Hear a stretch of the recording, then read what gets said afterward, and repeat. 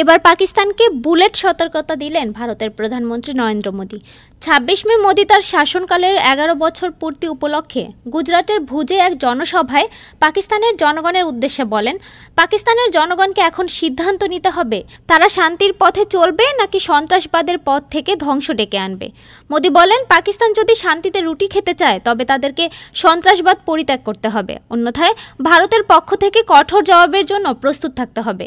তিনি দাবি করেন, ভারতের প্রতিশোধ এতটাই তীব্র ছিল যে পাকিস্তানের বিমান ঘাঁটিগুলো আজ আইসিইউতে। মোদী দাবি করেন, ভারতের সেনাবাহিনীর সাহসিকতার কারণে পাকিস্তান সাদা পতাকা তুলতে বাধ্য হয়েছিল। তিনি আরও বলেন, ভারত আগেই সতর্ক করেছিল তাদের লক্ষ্য সন্ত্রাসী অবকাঠামো, কিন্তু পাকিস্তান সেই সতর্কতা উপেক্ষা করেছিল এবং এখন সেই ভুলের ফল ভোগ করতে হচ্ছে। এর আগে গুজরাটের দাহোদে এক জনসভায় মোদী অপারেশন সিন্দুর প্রসঙ্গে বলেন, এটি কেবল একটি সামরিক অভিযান ছিল না, বরং ভারতের সাংস্কৃতিক মূল্যবোধ এবং আবেগের প্রতিফলন। মোদী পাকিস্তানের জনগণকে উদ্দেশ্য করে বলেন, তারা কি অর্জন করেছে।